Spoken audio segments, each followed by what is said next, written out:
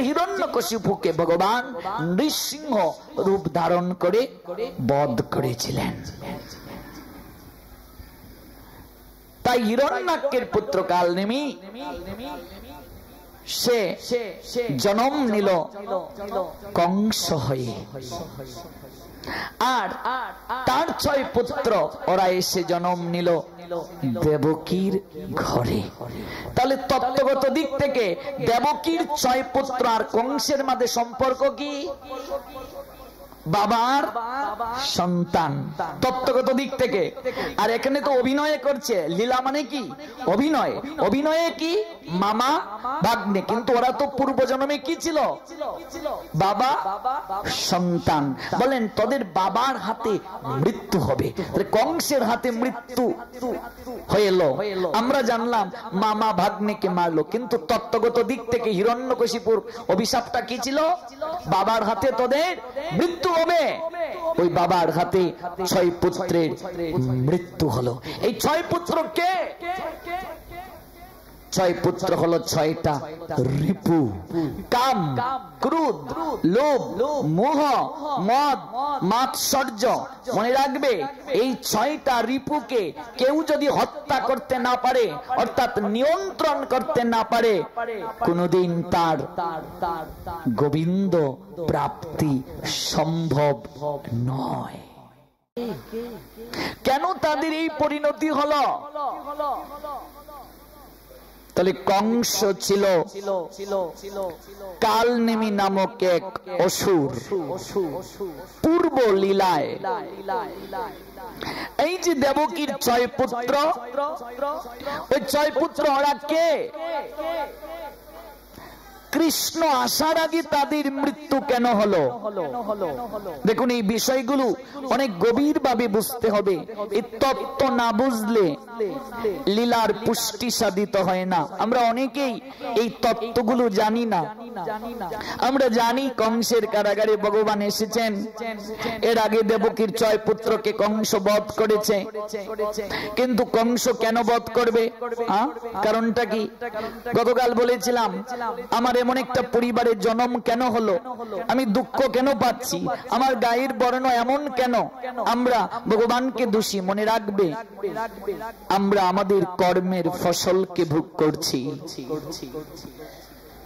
কর্মের ফসল আমরা ভোগ করছি বারংবার।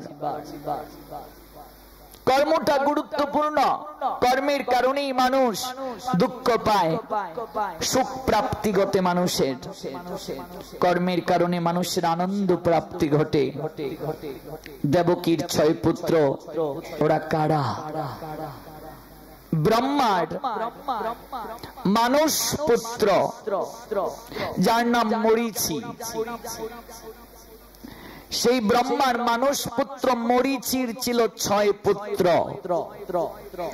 সেই 6 পুত্র একবার ব্রহ্মার চরণে অপরাধ করে ফেলেছিল। অপরাধটা কি? সৃষ্টিকর্তা ব্রহ্মা তিনি তার মানস কন্যা সৃষ্টি করলেন। মন থেকে তিনি এক কন্যাকে সৃষ্টি করলেন। প্রজাপতি ব্রহ্মা মন থেকে কন্যাকে সৃষ্টি করলেন। এত অপরূপ সুন্দরী, সেই রূপ দেখে ব্রহ্মা নিজেই মোহিত হয়ে গেলেন।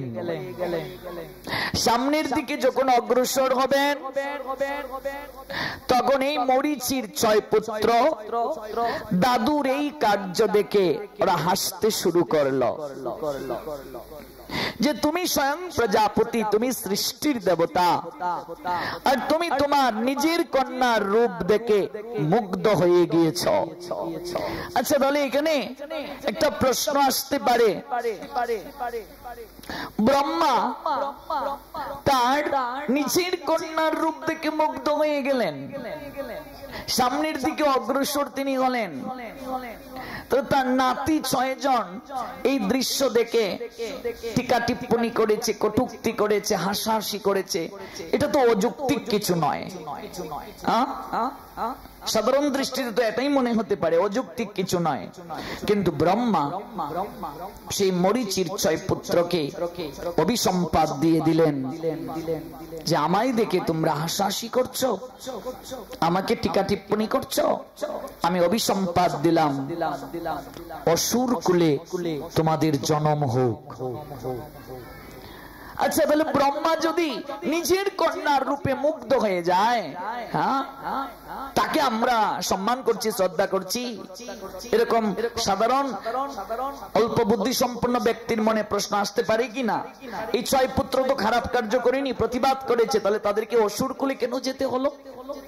বিচার ভালো করে বুঝতে হবে, নতুবা আমরা ব্রহ্মার চরণে অপরাধ করে ফেলব। দেখুন, একমাত্র পরমেশ্বর ভগবান, তার মাঝে কোনো ত্রুটি নেই। আর বাকি সকল দেবতা থেকে শুরু করে মুনি, ঋষি, সাধক, সাধিকা, গুরু, ভক্ত, বৈষ্ণব, সবার মাঝে ভুল ত্রুটি আছে কি নেই?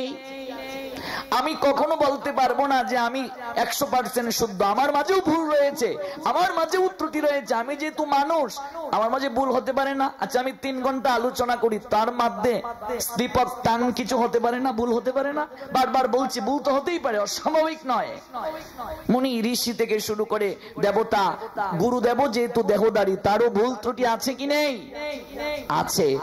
কিন্তু এখানে শিক্ষা দেয়া হলো, ব্রহ্মা যদি কোনো ভুল করেন, সেই ব্রহ্মার ভুলটা ধরে দেবে কে? ব্রহ্মার উপরে যিনি আছেন তিনি, নাকি সাধারণ কোন ব্যক্তির সেটা কি ধরার অধিকার আছে? এগুলো ভালো করে বিচার বিশ্লেষণটা বুঝতে হবে, নইলে আমরা অপরাধ করব। যে ব্রহ্মা সৃষ্টির দেবতা, যে ব্রহ্মার মাধ্যমে আমরা জ্ঞান পাই, ভগবান প্রথমে এই জ্ঞান দান করেছেন কাকে? দেবর্ষি নারদকে। নারদ কাকে দিয়েছেন? ব্রহ্মাকে। নাকি পরমেশ্বর ভগবান প্রথমে জ্ঞান কাকে দিয়েছেন? কৃষ্ণ হতে চতুর্মুখ ব্রহ্মাকে প্রথম দিয়েছেন। তারপর ব্রহ্মা দিয়েছেন নারদকে, নারদ দিয়েছেন ব্যাসদেবকে। তাহলে প্রথমেই ভগবান এই জ্ঞান ব্রহ্মাকে দিয়েছেন, ব্রহ্মা দিয়েছেন নারদকে, নারদ থেকে ব্যাস, তারপর আমরা গুরুমুখে এই জ্ঞান পেলাম কর্ণমূলে। তাহলে সেই ব্রহ্মার যদি কোনো অপরাধও থেকে থাকে, একজন যার 99টা ভালো গুণ, একটা যদি তার খারাপ গুণ থাকে, তাহলে সেই খারাপ গুণের জন্য কি তার ভালো গুণকে আমরা অস্বীকার করব? এটার দ্বারা বুঝালেন যে আমার উচ্চ স্তরের যদি কেউ থাকে, তার ভুলগুলো দেখার অধিকার আমার নেই, তার ভুলগুলো তার উপরে যিনি আছেন তিনি সেটা ধরবেন। কিন্তু আজকে অহরহ বৈষ্ণব অপরাধ হচ্ছে এই মরীচির 6 পুত্রের মতো। আমরা আমাদের উপরে যারা, তাদের ভুলগুলো আমরা ধরছি, কিন্তু একবারও ভাবছি না যে আমার স্থানটা কোথায়, আমার মাঝে কি ভুল নেই, আমার মাঝে কি ছিদ্র নেই, আমার মাঝে কি দোষ নেই। হ্যাঁ, ব্রহ্মার দোষ তারা ধরতে গেল, তাই অভিসম্পাদিত হলো, তোরা অসুর কুলে জন্ম গ্রহণ কর। এই ব্রহ্মার মানুষ পুত্র মরীচির 6 পুত্র, ওরা এসে জন্ম নিল কোথায় জানেন? ওরা জন্ম নিল হিরণ্যকশিপুর ভ্রাতা হিরণ্যাক্ষ। হিরণ্যাক্ষের পুত্র কালনেমি। কালনেমি 6 পুত্র হয়ে জন্ম গ্রহণ করলো ব্রহ্মার অভিসম্পাতের কারণে। বিষয়টা পরিষ্কার। হিরণ্যকশিপুর ভাই হিরণ্যাক্ষ, হিরণ্যাক্ষের পুত্র কালনেমি, আর ওই কালনেমি পুত্র 6 জন অভিসম্পাদিত হয়ে ওই ব্রহ্মার মানস পুত্র মরীচির 6 পুত্র জন্ম নিল। এবার যেহেতু তারা ব্রহ্মার চরণে অপরাধ করেছিল, ব্রহ্মা যখন অভিসম্পাদ দিয়ে দিলেন, তখন তারা করজোড়ে কান্না শুরু করে দিয়েছিল। ব্রহ্মা তখন আশীষ বর্ষণ করে বলেছিলেন, তোরা অসুর কুলে যাবে, কিন্তু আমার প্রতি শ্রদ্ধা ভক্তি তোদের কখনো নষ্ট হবে না। তাই জন্ম নেওয়ার পর তারা ব্রহ্মার আরাধনা করার জন্য ব্যাকুল হয়ে গেল। আপনারা জানেন, ভগবান বিষ্ণু হিরণ্যাক্ষকে বধ করেছিলেন কি করেননি? হিরণ্যকশিপুর বা হিরণ্যাক্ষকে ভাগবতে আছে, ভগবান বিষ্ণু বধ করেছিলেন, যার কারণেই তো হিরণ্যকশিপু বিষ্ণু বিদ্বেষী হয়ে গিয়েছিল। অসুরেরা সর্বদাই ভগবানের বিদ্বেষী থাকে, দেবতার বিদ্বেষী বেশি থাকে। তাই হিরণ্যকশিপু প্রচন্ড রেগে গেল, হ্যাঁ আমার বংশের তোরা, আর তোরা সেই ব্রহ্মার আরাধনা করতে গেলে আমার অনুমতি ব্যতীত এত বড় স্পর্ধা তোরা পেলি কোথায়? জ্যেষ্ঠের অনুমতি ব্যতীত কনিষ্ঠ কার্য করবে?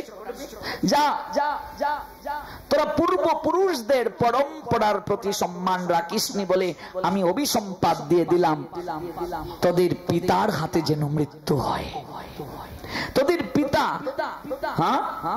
তোদেরকে শাসন করিনি, সাই দিয়েছে, তোদের পিতার হাতে তোদের মৃত্যু হবে, আমি অভিসম্পাত দিয়ে দিলাম। কে অভিসম্পাত দিল? হিরণ্যকশিপু।